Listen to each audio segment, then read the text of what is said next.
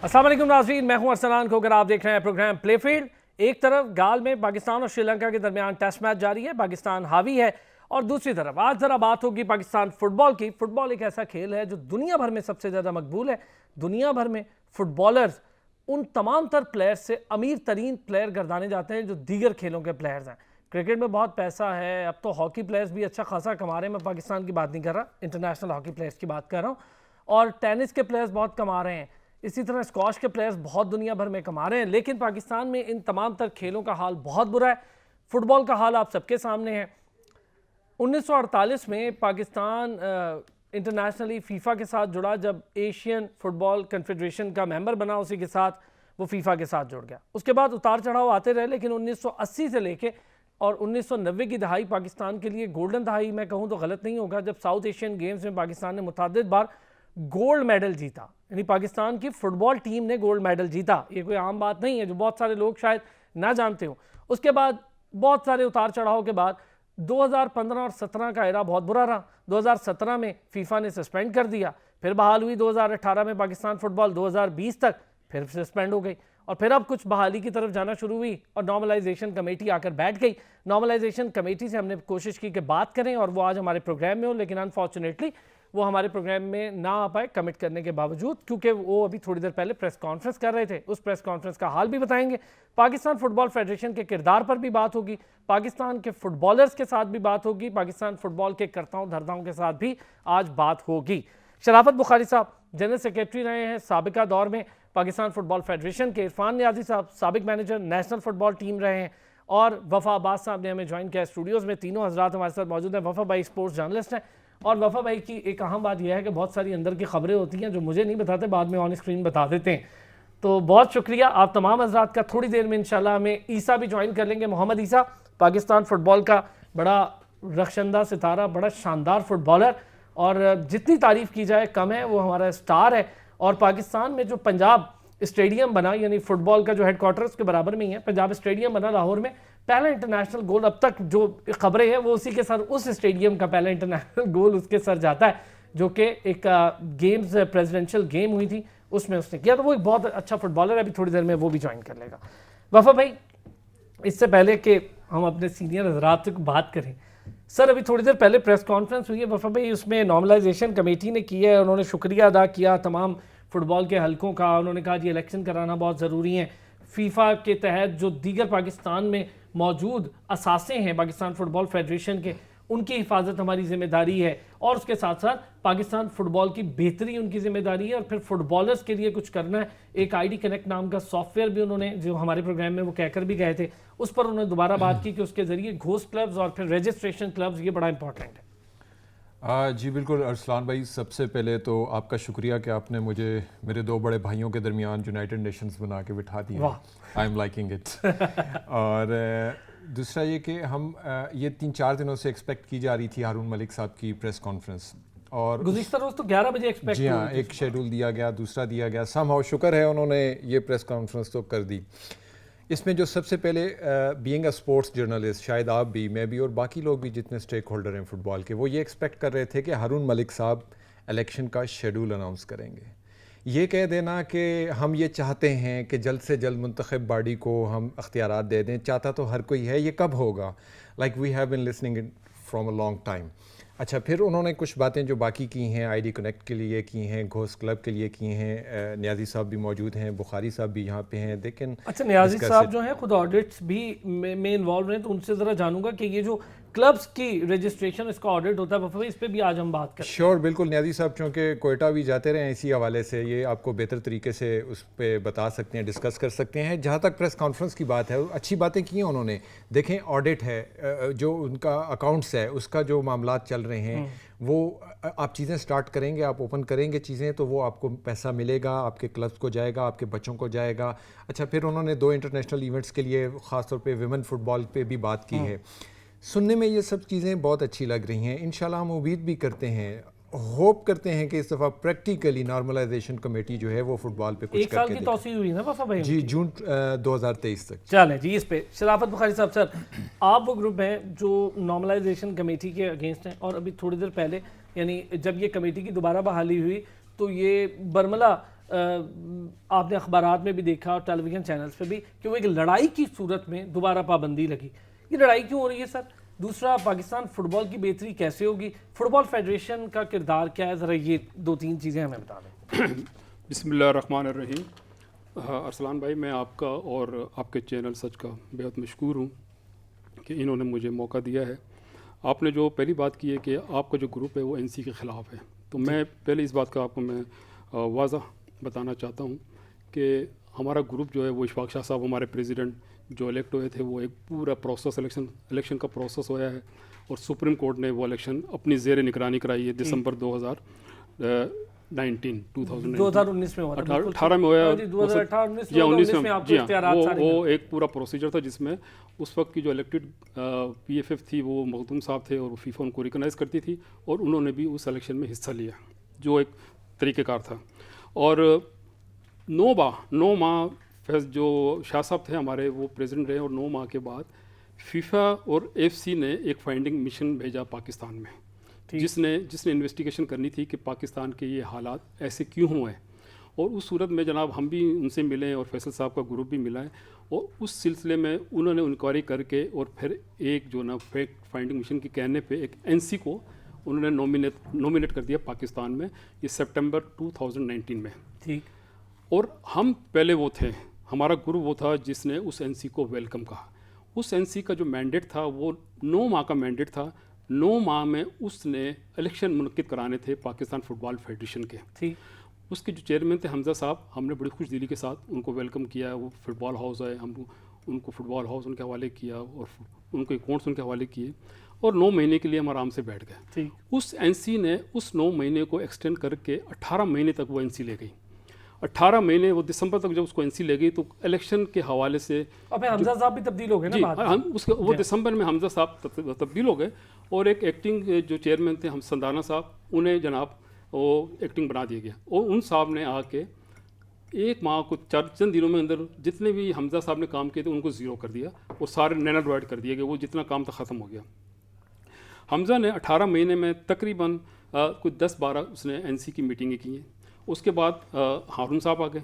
हारून साहब जब आ गए, हारून साहब जनवरी 2020 में वो ये आए और 21 में पिछले साल, और 3 महीने में हारून साहब ने 10 NC की मीटिंगें की है। 10 मीटिंग उन्होंने किया, उसमें उन्होंने सारी सिस्टम डिस्कस किया है, इलेक्शन का प्रोसेस डिस्कस किया है और इलेक्शन को किस तरह कराना। लेकिन बदकिस्मती ये है कि हारून साहब ने कोई एक चिट्ठी भी जो ना वो इशू नहीं की, कोई लेटर जारी नहीं किया जी हम इलेक्शन किस तरह कराना चाहते हैं। ये सूरत हाल देख के जब 18 महीने हमजा साहब के देख लिए, 3 महीने हारून साहब के देख लिए, तो जो कांग्रेस जो थी पाकिस्तान फुटबॉल फेडरेशन की, वो चूँकि इंटेक्ट थी, वो ख़त्म नहीं हुई थी। उन्होंने एक इजलास बुला के उसमें उन्होंने फैसला किया जी ये जो NC है हमने इसको 9 माह का टाइम दिया था और इसने 21 माह गुजार लिए, ये इलेक्शन नहीं कराने चाहिए, ना ये इलेक्शन कराएगी, इसलिए हम इसको दोबारा रिज्यूम चार्ज करते हैं और अपनी एक्टिविटी हम जारी करते हैं। शराफत में एक छोटा सा ब्रेक लेना है मुझे, फिर मैं ज़रा इरफान साहब की तरफ आता हूँ ब्रेक के बाद। और इरफान भाई से भी इलेक्शन प्रोसीजर पर भी बात होगी, स्क्रूटनी पर भी, और इस प्रोसीजर पे कि इतना लंबा टाइम हो गया तो इलेक्शन नहीं हुए तो उसी की वजह से उन तमाम फुटबॉल हलकों में कुछ परेशानी है। हो क्यों नहीं रहे, कब होने, कैसे होने, ये एक बड़ा इंपॉर्टेंट सवाल है। वापस आते हैं ब्रेक से तो इस पर बात करते हैं।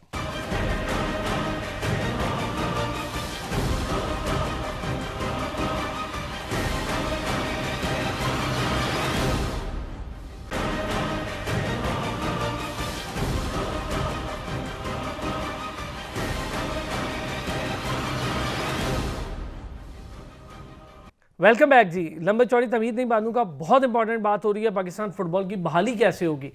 इरफान नियाजी साहब, सर लंबा अरसा पाकिस्तान फुटबॉल फेडरेशन के साथ सर्व भी किया, अब भी आप सारे हजरात, ये जितने लोग बैठे फुटबॉल से ही जुड़े हुए हैं, बेहतरी चाहते हैं, कैसे होगी ये समझ में नहीं आता। ये एक बड़ी अजीब बात। सर नॉर्मलाइजेशन कमेटी का आप अभी थोड़ी देर पहले कुछ जिक्र कर रहे थे, क्या इशूज़ हैं, कैसे होंगे इलेक्शन, आखिर होगा क्या? सबसे पहले तो ये बताइए कि मेरा क्वेश्चन है कि जिन लोगों ने हमारे साथ ज़्यादती की, जिन लोगों ने नॉर्मलाइजेशन के लिए नाम दिए, सबसे पहले उन्होंने एज ए फुटबॉलर किसी बंदे का नाम नहीं दिया जिसको फुटबॉल के सिस्टम का पता हो। सबसे बड़ी गलती ये है, ये मेरी अपनी समझ के मुताबिक। दूसरी बात ये कि जो पहले 18 मंथ्स गुजरे हैं, जो पहली नॉर्मलाइजेशन कमेटी थी उसने जितने काम किए और सदियाना साहब ने उसको, शराफत साहब कह रहे हैं कि उसको ज़ीरो कर दिया। बात यह है कि कहीं ना कहीं तो गलतियां हुई अगर सुदाना साहब ने उनको ज़ीरो कर दिया तो आने वाला अब उस सिस्टम को दोबारा बहाल कर सकता है, क्योंकि अख्तियारात हैं। लेकिन जो चीज़ें सुनने को आ रही हैं इस वक्त कि क्लब स्क्रूटनी और क्लब की रजिस्ट्रेशन, देखें जब बहाल होगा फुटबॉल तो तब ये सारे सिस्टम चलेंगे। टेम्परेरी तौर पे नॉर्मलाइजेशन कमेटी वो सारे सिस्टम चलाना शुरू कर देगी जो इंटरनेशनली फ़ुटबॉल खेले जा रहे हैं, जैसे अभी वुमेन के लिए वो कर रहे हैं, एफर्ट्स करना स्टार्ट कर दिए।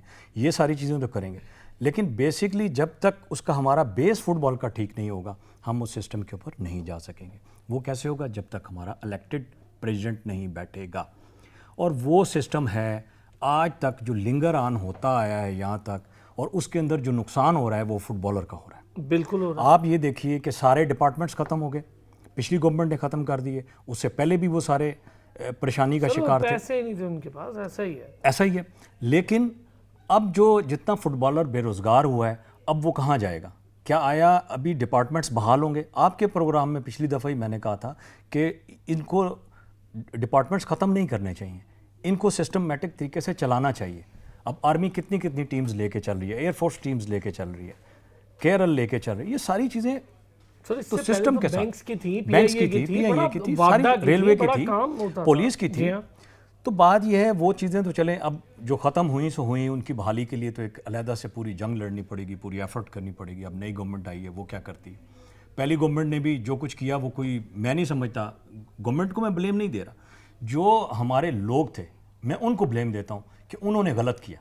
वो गलत तरफ खड़े थे, नॉर्मलाइजेशन से अपोजिट खड़े होकर उन्होंने नॉर्मलाइजेशन को ख़राब किया। अब नॉर्मलाइजेशन कमेटी बहाल मींस अपने काम पे सिस्टमेटिक तरीके से आ चुकी है, तो इनको ज़ोर देना चाहिए इलेक्शन की तरफ, फुटबॉल के साथ साथ इलेक्शन की तरफ, ताकि एक टाइम फ्रेम दें जिसके अंदर club process, scrutiny, then election, district, then province, अब पाकिस्तान, ये सारा सिस्टम बनेगा। पहले इनको अनाउंस करने, आज की प्रेस कॉन्फ्रेंस में आपने भी देखा, ये तो पुरानी बात थी सारी तकरीबन, कि जी ये चीज़ें हम करने जा रहे हैं, हमें काफ़ी सारी प्रॉब्लम्स फेस करनी पड़ी। अभी भी मैं ये समझता हूँ कि हमारे दोस्त शाफ साहब यहाँ पे बैठे हुए हैं, बल्कि हमने एक बड़ा अच्छा वक्त आपस में गुजारा और हमने एक बड़ा टाइम गुजारा हुआ फुटबॉल के अंदर इकट्ठे। लेकिन फुटबॉल के जो अकाउंट्स हैं उसके अंदर भी शराफत साहब अभी इस टाइम के ऊपर रुकावट का बायस हैं कि वो फुटबॉल के अकाउंट्स बहाल नहीं हो रहे। ओह शराफत साहब, ये कोर्ट में मैं चाहूंगा आप जवाब दें, फिर मैं ईसा हमारे साथ है, ईसा से मैं इस वजह से आपको कह रहा हूँ कि देखें, ठीक है, आप लोग देखिए फुटबॉल जानते हैं, जब चीज़ें बहाल होंगी, जब अकाउंट्स बहाल होंगे तो फुटबॉल का सिस्टम बहाल होगा। उनको फंड्स चाहिए, उन्होंने उस पर पैसा खर्च करना है, टीम्स बननी है, बाहर की कंट्री में ट्रैवल करना है। वो अगर इलीगल तरीके से कोई काम करेंगे तो वो गलत होगा। बिल्कुल ठीक हो गया। तो इसलिए शराफत साहब यहाँ बैठे हुए हैं, आपके तवज्जुह से मैं इनको ये ज़रूर कहूँगा कि जनाब ये अपने आप को स्टेप बैक करें, एक कदम पीछे जाएं और फेडरेशन के लिए हर एक चीज़ रास्ते खोलें ताकि वो इलेक्शन की तरफ प्रॉपर प्रोसेस में जाएं। हाँ, ये आज भी मैं आपको इंश्योर करता हूँ कि अगर देखें, जब शराफत साहब का ग्रुप उस वक्त कब्ज़े पे था, उन्होंने कब्ज़ा किया और कब्ज़ा उन्होंने चला रहे थे, तो सबसे पहले जो प्रेस कॉन्फ्रेंस करने वाले थे बलूचिस्तान से थे, हैदराबाद से हमारे दोस्त थे, सिंध से हमारे दोस्त थे, मैं इस्लामाबाद से था, और सारे हम लोगों ने प्रेस कॉन्फ्रेंस की। किसकी बहाली के लिए की? हारून मलिक साहब की बहाली के लिए की। जनाब उनको आप कब्ज़ा दें, गवर्नमेंट बैकआउट करे ताकि ये इलेक्शन का प्रोसेस हो। जितना जूँ डिले होता जा रहा है हम उतने ही खाई में गिरते जा रहे हैं, और ये दलदल ऐसी है कि अब आने वाले टाइम में नए सिरे से ग्रास रूट से हमें प्लेयर लाके तैयार करना सर। वो मैं यही बात कर रहा था सिस्टम कि बच्चे अब जी फुटबॉल की तरफ जाते ही नहीं, एक तो पहले ही पाबंदी के ऊपर से खेलते नहीं है, पैसे नहीं मिलते। सर शराफत भाई, एक आपसे जवाब यही वाला, लेकिन उससे पहले ईसा भी हमारे साथ है, तो मैं ज़रा ईसा को, ईसा अस्सलाम वालेकुम। वालेकुम सलाम। बहुत शुक्रिया ईसा, आपने हमें ज्वाइन किया, आप हीरो हैं हमारे। ईसा, फुटबॉलर की बात हो रही है, असल में फुटबॉल डैमेज होगी तो फुटबॉलर डैमेज होगा। असल मसला ये है कि प्लेयर बेचारा क्या करेगा। ओहदेदारान ठीक है अपने तरीके से चला रहे हैं जैसे चला रहे हैं, लेकिन फुटबॉलर का क्या बनेगा ईसा? और आप लोग किस तरह से देख रहे हैं, लंबी जंग लड़ता आ रहा है फुटबॉलर, कभी वो डिपार्टमेंट में जॉब्स के लिए लड़ता है, कभी वो अपने TADA के लिए लड़ता है, कभी वो फुटबॉल की बहाली के लिए लड़ता है, और कितनी मजीद जंगें फुटबॉलर लड़ता रहेगा। बिल्कुल आपने सही कहा कि नुकसान हमेशा फुटबॉलर ने उठाया है, और आपने खुद जिक्र किया है और आप देख लो कि हमारे डिपार्टमेंट में ऊपर से बंद हो गई है और लोग बेरोजगार हो गए। और इस वक्त जो हमारे करंट नेशनल टीम की प्लेयर्स है जो परमानेंट थे डिपार्टमेंट्स में, वो आजकल ड्यूटी कर रहा है और ऑफिस में जा रहा है। तो मेरे ख्याल से प्लेयर्स बहुत ज्यादा मुश्किलात में है। और बदकिस्मती से कि हमारे स्टेक होल्डर्स का अगर लड़ाई फुटबॉल की प्रमोशन के खातिर होता था तो हम फिर भी बोलते थे कि वाकई हमारे स्टेक होल्डर्स को फुटबॉल के एक दर्द है। मगर सारे लड़ाई आपको पता है 5 साल से कुर्सी की लड़ाई है और हम देख रहे हैं कि किस तरह मतलब गैर आईनी इकदामात कुछ लोगों ने किया है जो फुटबॉल को मजीद नुकसान पहुंचाया है। और बदकिस्मती से जो मैं हमेशा कहता हूं कि इसमें फीफा की पॉलिटिक्स भी इन्वॉल्व है कि फीफा भी अभी तक कोई एक्शन नहीं लिया है उन लोगों के खिलाफ जिन्होंने गैर आईनी इकदाम किया, पाकिस्तान फुटबॉल की फेडरेशन हाउस में कब्जा किया है और उसके बाद सुप्रीम कोर्ट के इलेक्शन में हिस्सा लिया कुछ लोगों ने। तो कोई मतलब जिस तरह फीफा के आईन में एक चीज बहुत वाज़ेह है कि अगर कोई गैर आईनी इकदाम करेगा तो उसके ऊपर लाइफ टाइम पाबंदी है। तो इस तरह बहुत सी चीजें हो रहा है जो अभी इस वक्त एनसी को जो है ना दोबारा से चार्ज मिला है और अब बॉल जो है ना एनसी के कोर्ट में है। अगर वो भी फिर से डिले टैक्टिक्स पे काम चलाएगा तो मेरे ख्याल से मजीद फुटबॉल को नुकसान होगा। अगर वो मतलब इलेक्शन की प्रोसेस और साथ ही फुटबॉल की एक्टिविटी स्टार्ट नहीं करेगा तो मेरे ख्याल से लोग फिर से जो है ना इसी तरह ग्रुप्स जो है ना फिर कब्जा करने की जो है ना उनको दावत देना है एनसी ने। अगर उन लोगों ने इलेक्शन की प्रोसेस पे नहीं किया है तो मैं फीफा से तो मैं हमेशा हमारे यही एक डिमांड है कि इस वक्त फीफा को चाहिए, अगर पाकिस्तान फुटबॉल की बाली फीफा भी चाह रहा है तो मेरे ख्याल से ये एक नोटिफिकेशन और भी जारी करे एनसी के लिए कि अगर एनसी ने 31 जून तक इलेक्शन नहीं किया तो ये ऑलरेडी ये जो एनसी मौजूद है ये फारिग है, कोई नया एनसी हम बना लेंगे। ये तो बड़ी सही मीसा, बहुत जबरदस्त आपने बहुत जबरदस्त बात की है और ये बिल्कुल ठीक है। शरावत साहब से कुछ जवाब भी जो इरफान साहब ने बात की जो ईसा ने की और तकरीबन सारे लोग यही कह रहे हैं कि इलेक्शन होना बहुत ज़रूरी है, लेकिन इलेक्शन की राह में कुछ रुकावटें हैं, वो क्यों हैं, इस पर बात करते हैं। एक छोटा सा ब्रेक लेते हैं।